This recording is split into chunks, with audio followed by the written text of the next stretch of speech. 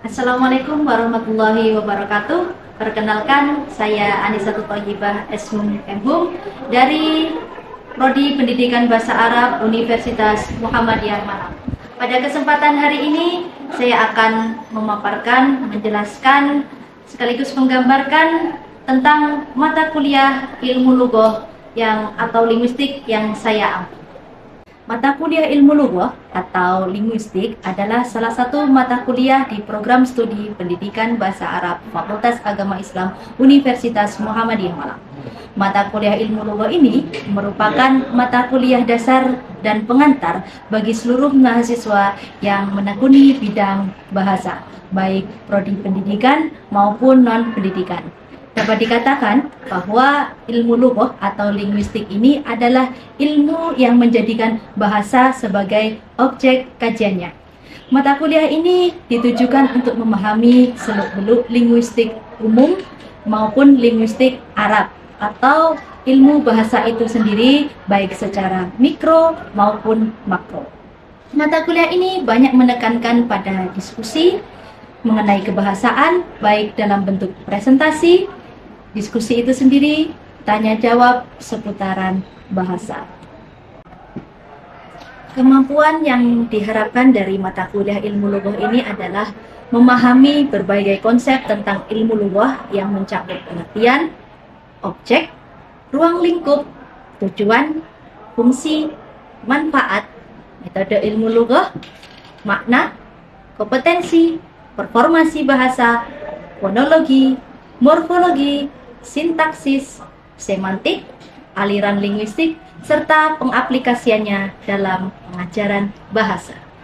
Adapun materi pembelajaran yang diajarkan selama 1 semester di mata kuliah ilmu lughah yaitu pengantar ilmu lughah atau linguistik, sejarah dan aliran ilmu lughah atau linguistik, bahasa sebagai objek ilmu lughah atau linguistik, pembidangan linguistik ilmu atau ilmu lughah, fonologi, ilmu aswad, morfologi, ilmu sorof, sintaksis, ilmu nahwu, semantik, ilmu dalalah, pragmatik atau at-tadabbuliyah, analisis wacana, sosiolinguistik atau ilmu lughah al-istimai, leksikologi atau ilmu ma'ajim, dan psikolinguistik, ilmu lughah an-nafsi.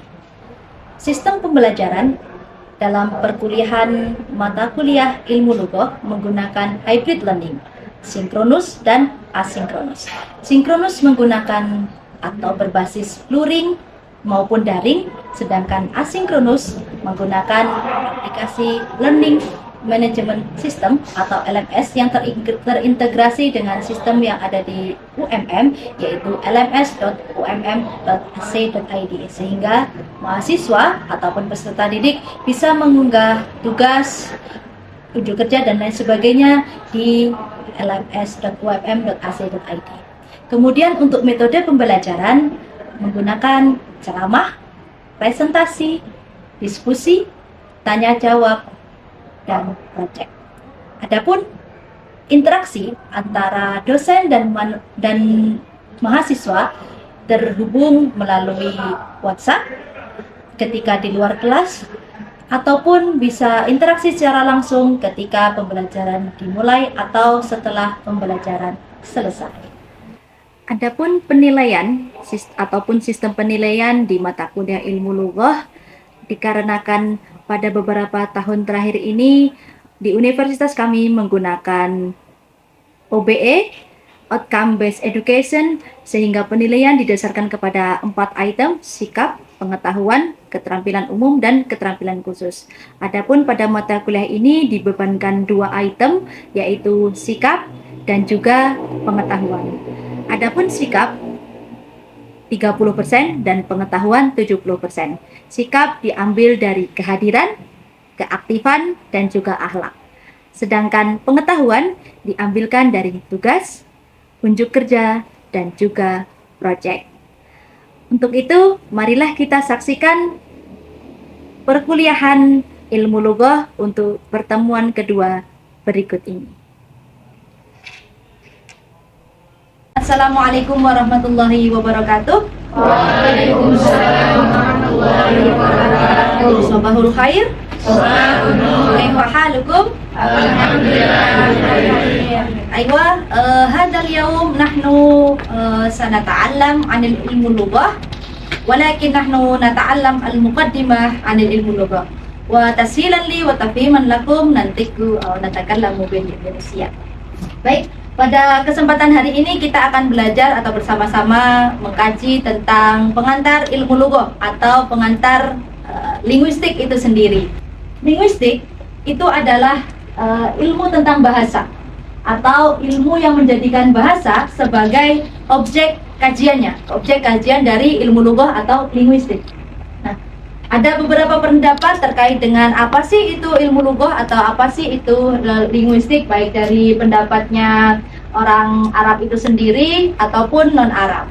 Ada di sini matinet, yaitu telaah ilmiah mengenai bahasa manusia, gitu. Berikutnya juga ada tentang linguistik itu sendiri sepadan dengan linguistik dalam bahasa Inggris.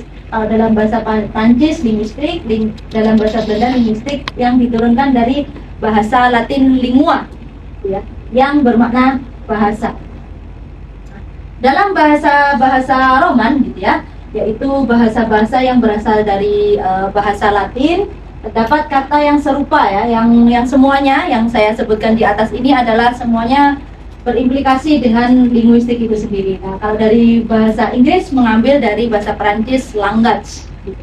Nah, menggunakan bentuk language. Nah, dalam bahasa Arab, gitu ya, kita bisa menyebutkan bahwasanya linguistik adalah ilmu lughah yurakizu ala lughah nafsiha walakin ma isyara abirah ahyanan ila min tadafiyah wa tarifiyah. Apa kira-kira artinya? Ada yang tahu? Jadi ilmu lughah itu yurakizu, memfokuskan tentang lughah nafsiha, bahasa dia sendiri, benar sekali. Tetapi juga dia mengisyaratkan terkait dengan sakofiyah, budaya, wa tarihiyah, dan sejarah, benar sekali. Jadi, nah, ilmu lughah itu sendiri adalah dirasah al-lughah, makna al-istiqah allati tata'allaq bil lisanil insan. Berarti yang berhubungan dengan lisanil insan. Lisanil insan apa, Mas? Lidah manusia, benar sekali. Lisanil insan, lidah manusia. Makna al-ausa allati tahmilul makna, berarti yang membawa kepada makna. Au kullu syai'in lahu makna mufid, au kullu syai'in yunaqilul makna min aqlin insanin li akhar. Atau bisa juga kita katakan bahwa segala sesuatu yang memindahkan makna dari satu orang ke orang yang lainnya. Nah, berikutnya, pada kesempatan lainnya, ilmu linguistik itu juga disebut dengan linguistik umum atau general linguistik atau al-lughah, ilmu lughah al-am, gitu ya. Jadi linguistik secara umum seperti itu. Nah, jadi dalam hal ini linguistik ini tidak hanya mengkaji satu bahasa saja, melainkan banyak bahasa, gitu ya. Di setiap bahasa tentu pasti ada mata kuliah ilmu lughah. Kalau kita di bahasa Arab tentunya ada ilmu lughah, di bahasa Indonesia namanya linguistik, di bahasa Inggris ya tadi pakainya CS linguistics, gitu ya. Nah, jadi bahasa-bahasa selain dari tidak hanya satu bahasa saja, tapi banyak bahasa pasti mengajarkan atau mempelajari tentang linguistik itu sendiri. Oke. Nah, berikutnya tentang pengertian linguistik itu sendiri ya. Dalam beberapa literatur bahasa Arab dikemukakan ya bahwa kata linguistik diterjemahkan menjadi ilmu lughah atau ilmu lisan, al-lisaniyat, al-alsinat, al-sinayata, al-lughawiyah. Nah, secara etimologi lughawi, ilmu lughah terdiri dari dua kata, al-ilm dan juga al-lughah yang berarti ilmu bahasa. Coba Mbak Wardah bisa dibaca tentang atiyah marwah ilmu lughah. Dia juga menyebutkan bahwa ilmu al-lughah adalah ibarah an ad-dirasa al-ilmiyah di lughah fahuwa ilmu yatanawalu al-lughah mawdu'an lahu, yakni sebuah istilah tentang pengkajian secara ilmiah terhadap bahasa, yaitu ilmu yang menjadikan bahasa sebagai objek kajian. Oke, jadi secara garis besar bahwa ilmu lughah itu adalah menjadikan bahasa sebagai objek kajiannya. Objek sasarannya itu adalah ilmu bahasa, maksudnya ya, ilmu lughah itu objek sasarannya adalah bahasa. Berikutnya bahwa dikatakan linguistik atau ilmu lughah itu sendiri merupakan ilmu yang mengkaji bahasa secara internal dan ilmiah begitu ya. Baik struktur internalnya, namun kita juga mengkaji tentang struktur ataupun eksternalnya, mikro dan juga makro dalam ilmu lughah ini. Karena mata kuliah ini adalah ilmu lughah, bukan ilmu lughah al-am, maka dari itu kita mengkaji secara mikro dan juga makro. Tadi objek kajian dari linguistik atau ilmu lughah itu sendiri adalah bahasa tentunya ya. Ini perlu teman-teman masukkan dalam pemikirannya masing-masing bahwasanya bahasa adalah objek kajian dari ilmu lughah gitu ya.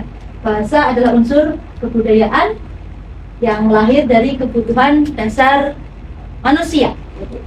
Nah, bahasa itu sendiri tentunya menjadi alat komunikasi bagi antar satu orang dengan orang yang lainnya. Tentu kita menggunakan bahasa dalam berkomunikasi ya.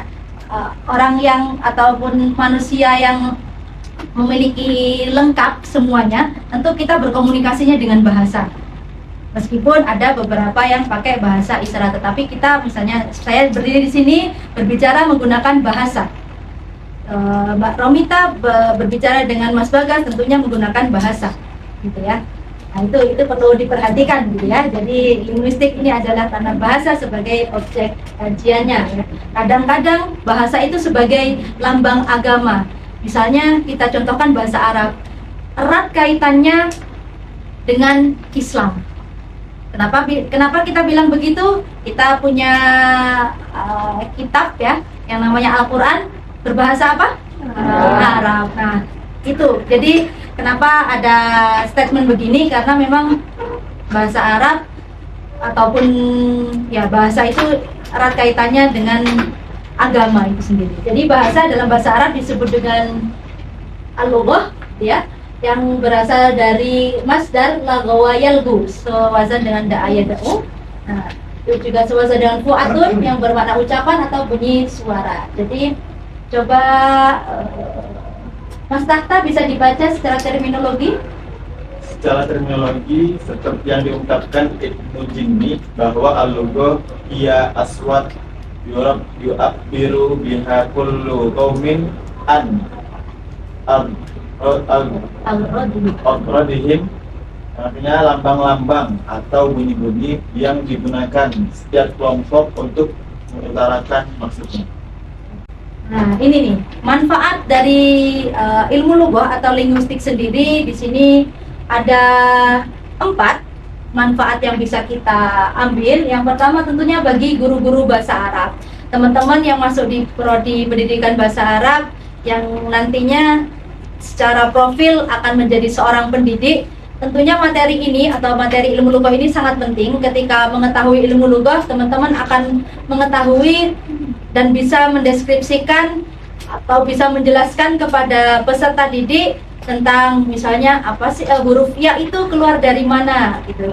Kemudian ini bagus atau tulisannya ini salah. Nah, ini berkaitan dengan sintaksis yang akan kita pelajari di pertemuan berikutnya. Nah, ini sangat penting bagi para pendidik. Jika pendidik ini tidak mengerti tentang linguistik itu sendiri, maka akan memberikan dampak tentunya ya, memberikan dampak bisa menjadikan apa yang diajarkan mungkin kurang sesuai dan lain sebagainya. Nah, berikutnya penerjemah. Tentu penerjemah bahasa Arab sangat membutuhkan materi ini, materi ilmu lughah. Dengan mengerti tentang apa itu ilmu lughah, apa itu shorof, nahwu atau sintaksis, morfologi, maka akan mengetahui kata ini berasal dari ataupun kataba ini berasal dari apa gitu ya. Ini sulasi kah gitu ya, atau rubai kah. Nah, dari sini dari situ akan mengartikan atau mengetahui untuk menerjemahkan sebuah kata. Tentunya diterjemahkan kata-kata dulu, kemudian dijadikan satu menjadi kalimat, dan bagaimana kita salurkan ke bahasa sasaran seperti itu. Berikutnya adalah untuk penyusun buku pelajaran. Nah, ini sangat penting lagi. Ini juga berkaitan dengan sebelum-sebelumnya. Ketika menyusun buku, tentunya harus tahu ilmunya. Ketika tahu ilmunya, maka bisa menyusun buku-buku tersebut. Berikutnya juga untuk penyusun kamus. Di kamus ini kamus itu sangat berarti ya. Ketika teman-teman tidak ataupun belum mengetahui apa sih arti dari kata ba? Nah, maka merujuknya ke kamus. Tentunya membuat kamus ini tidak sembarang orang bisa. Harus tahu ilmu nahwu atau sintaksis, harus tahu ilmu sorof atau morfologi, ilmu apakah ini kata muallat atau al-qadim. Jadi apakah kata-kata ini lama atau baru, apakah kata-kata ini masih dipergunakan atau tidak. Nah, ini tentu untuk penyusun kamus sangat-sangat penting karena di dalam ilmu lughah kita mengkaji semuanya tersebut. Silakan bagi yang mau menanyakan. Oh ya, silakan. Kalau kita lihat ini dari manfaat linguistik, ini lebih khusus ke orang Indonesia gitu. Manfaat linguistiknya ini ke orang Indonesia gitu. Kalau secara umum kan bisa bertambah manfaat linguistik. Berarti itu pertanyaan saya, itu manfaat linguistiknya khusus ke orang Indonesia saja atau secara umum? Oke, terima kasih Mas Tirta atas pertanyaannya. Ya, secara ini tidak hanya untuk orang Indonesia saja ya, tentunya untuk siapa saja yang belajar bahasa, entah itu orang Indonesia, non Indonesia, gitu. Ini memiliki manfaat dan seperti yang tadi Mas Tata bilang, seiring berjalannya waktu tentu manfaat ini tidak hanya sebatas 1, 2, 3, 4 saja, melainkan bisa barangkali orang-orang non Indonesia manfaatnya bisa lebih nih dari 4 seperti itu ya. Karena tadi atau saya bilang di pertemuan sebelumnya bahwa bahasa itu dinamis, dia selalu mengikuti perkembangan zaman. Oleh karena itu manfaatnya pun bisa berimplikasi atau ngefek tidak hanya ke 4 item ini saja dan tidak hanya untuk orang Indonesia saja, bisa untuk siapa saja yang belajar bahasa seperti itu. Baik, ada lagi yang mau ditanyakan adik-adik semuanya? Cukup? Baik, jika dirasa adik-adik sudah memahami materi tentang ilmu lughah, mohon nanti berikutnya teman-teman atau adik-adik bisa mengulas kembali materi ini baik di kamarnya, di rumahnya, atau di tempat-tempat manapun yang bisa diakses agar nantinya adik-adik bisa mempelajari ilmu lughah secara khusus, secara umum, dan juga secara komprehensif. Saya pikir saya cukupkan perkuliahan kita pada hari ini. Untuk presensi, adik-adik bisa mengaksesnya di info KHS atau My UMM, bisa adik-adik akses secara mandiri terkait dengan presensi. Saya cukupkan perkuliahan pada hari ini.